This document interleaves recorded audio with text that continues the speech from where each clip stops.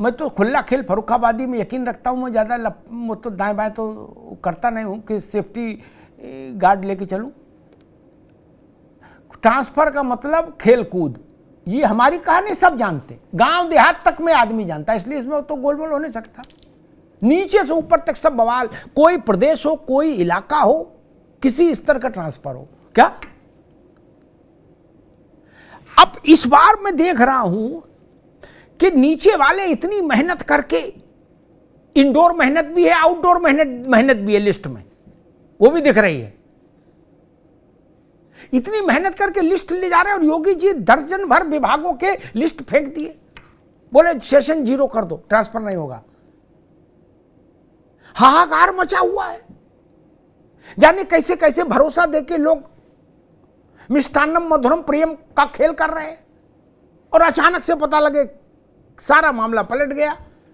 नहीं, इससे तो बड़ी विचित्र स्थिति पैदा हो गई भाई। अरविंद जी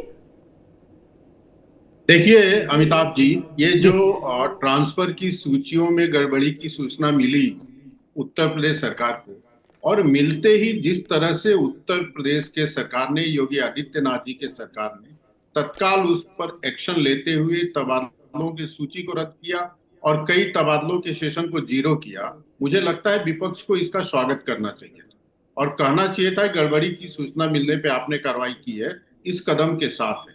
लेकिन विपक्ष ने गड़बड़ी की सूचना मिलने पर तबादलों की सूची रद्द करने पर प्रश्न उठाकर स्वयं को ही प्रश्न के घेरे में खड़ा कर लिया। यहाँ अशोक यादव जी हैं, जब बारी आएगी तो बताएंगे। कौन नहीं जानता था कि आदरणीय अखिलेश यादव जी जब मुख्यमंत्री होते थे तो तबादले कैसे होते थे, पूरा प्रदेश जानता है। और जो ईमानदार अधिकारी होते थे, जो माफियाओं के खिलाफ कार्रवाई करते थे, उनके तबादले ज्यादा होते थे। दुर्गा शक्तिपाल का उदाहरण कोई भूला नहीं है।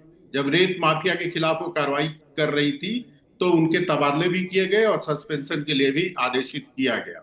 योगी आदित्यनाथ सरकार की प्रशंसा करनी चाहिए और मुझे लगता है विपक्ष क्या आलोचना तभी मायने रखेगा जब सकारात्मक कार्यों की वो प्रशंसा भी करे। लेकिन जब से योगी आदित्यनाथ जी की सरकार बनी है, अशोक जी बताएंगे, मुझे तो याद नहीं है एक भी कदम की समाजवादी पार्टी ने कभी प्रशंसा की।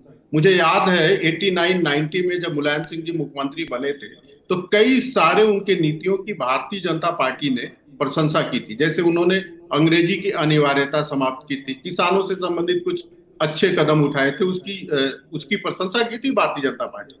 लेकिन केवल आलोचना के लिए आलोचना करना विपक्ष को खुद ही कटघरे में खड़ा कर देता है और हर व्यक्ति को योगी आदित्यनाथ के इस कदम की प्रशंसा करना चाहिए। और योगी जी का ये कदम दिखाता है कि करप्शन और क्राइम के प्रति जो उनका दावा 0 टॉलरेंस का है वो बिल्कुल सही है। ठीक, मैं रोहित अग्रवाल के पास चलूंगा। रोहित अग्रवाल भी सरकार का हिस्सा है, उनकी पार्टी भी। अरविंद जी जो कह रहे हैं उसमें मेरी नाइत्तफाकी है थोड़ी। रोहित अग्रवाल, मेरा मूल प्रश्न ये, क्राइम अलग चीज है क्या? किसी का दिमाग घूमा, उसने किसी को चाकू मार दिया, गोली मार दी, ठीक, वो अलग विषय है। ये प्राइवेट, ये सामान्य जनता का डोमेन तो है ही नहीं तबादले। ये तो विशुद्ध सरकारी अधिकारी, कर्मचारी, बाबूइज्म और राजनीतिक पॉलिटिकल लीडरशिप, इन्हीं का खेला है सब तबादला। ये ऐसा तो नहीं कि गुड्डू मूंगफली वाले और पप्पू आमलेट वाले का भी कुछ में को रोल है। 8 साल बाद भी ये स्थिति क्यों? रोहित अग्रवाल, राइट फ्रॉम जमादार, एक मिनट, राइट फ्रॉम जमादार सरकारी to chief secretary, home guard to DGP और नगर पालिका के मेयर से लेके और कैबिनेट के बड़े बड़े मंत्री, सब तक ये मैसेज स्पष्ट क्यों नहीं हो पाया 8 साल में कि ये स्वीकार नहीं होगा? लिस्टें तो गई ना, इसका मतलब प्रक्रिया तो चली, इसकी मुख्यमंत्री की टेबल पर रद्द हुई। मेरा प्रश्न, ये लिस्टें बनी क्यों ऐसी जिनमें खेल था, जिनको मुख्यमंत्री को रद्द करना पड़ा अंतिम चरण में आकर? रोहित अग्रवाल, इसका मतलब नीचे व्यवस्था वही चल रही है, कान में बात करने वाली। इसका मतलब तो यही ना, नीचे व्यवस्था वही चल रही है। नहीं, रद्द क्या हो रहा है? रद्द तो वही चीज हो रही है ना, आधा दर्जन विभागों की लिस्ट रद्द हो गई।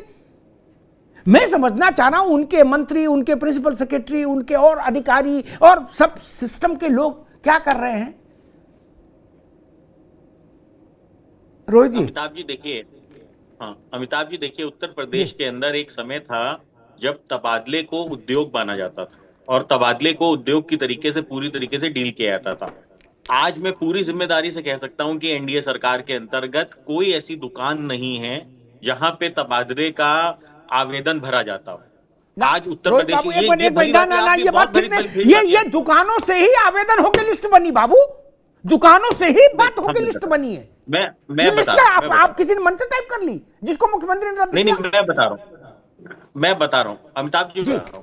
देखिए, उत्तर प्रदेश सरकार सबसे पहले तो तबादलों के अंदर एक पॉलिसी बनाई है जिसके तहत ही तबादले हो सकते हैं, और तबादले साल में एक बार ही हो सकते हैं।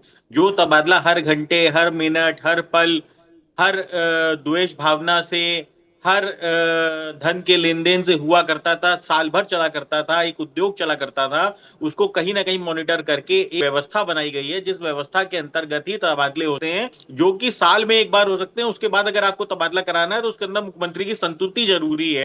तो इसलिए कोई भी आदमी ऐसी फाइल को पकड़ना नहीं चाहता जिसमें मुख्यमंत्री तक वो फाइल जानी हो। तो एक बात तो ये साफ है कि तबादलों के अंदर पारदर्शिता लेके आई है एनडीए की सरकार, जिसके बाद जब साल में एक बार जब तबादले होते हैं तो कहीं ना कहीं हर व्यक्ति ये चाहता है जिसको तबादला कराना है, क्योंकि एक पुरानी आदत बनी हुई है, तो वो कोशिश करता है कि हम किसी शायद जोर दबाव से इस तबादले को करा ले जाएंगे। ये जो उजागर हुआ है, ये किसी विपक्ष ने उजागर नहीं किया है, किसी मीडिया वाले ने उजागर नहीं किया है, ये स्वयं उस विभाग के मंत्री जी ने शिकायत की है मुख्यमंत्री से कि कहीं ना कहीं उनको इस लिस्ट के अंदर गड़बड़ी लग रही है। तबादले हुए नहीं, ये तबादले की लिस्ट बनी, परंतु उनको रद्द कर दिया गया। क्राइम घटा नहीं, क्राइम हुआ नहीं है, क्राइम करने की कोशिश की गई है, जिसके अंदर उस पर तुरंत जांच बैठा दी गई है और उसको लिस्ट को खारिज कर दिया गया है। ये एक बहुत बड़ी चीज है अमिताभ जी। देखिए, एक जो बीमार पूरी तरीके से व्यवस्था थी, उस व्यवस्था को अगर आपको सुदृढ़ करना है तो बीमारी धीमे धीमे अभी रुकना होगा, और बीमारी धीमे धीमे ठीक होने की दिशा में कहीं ना कहीं काम हो रहा है। ये ठीक है रोहित भाई, दो तीन बातों में मेरी यहां भी असहमति।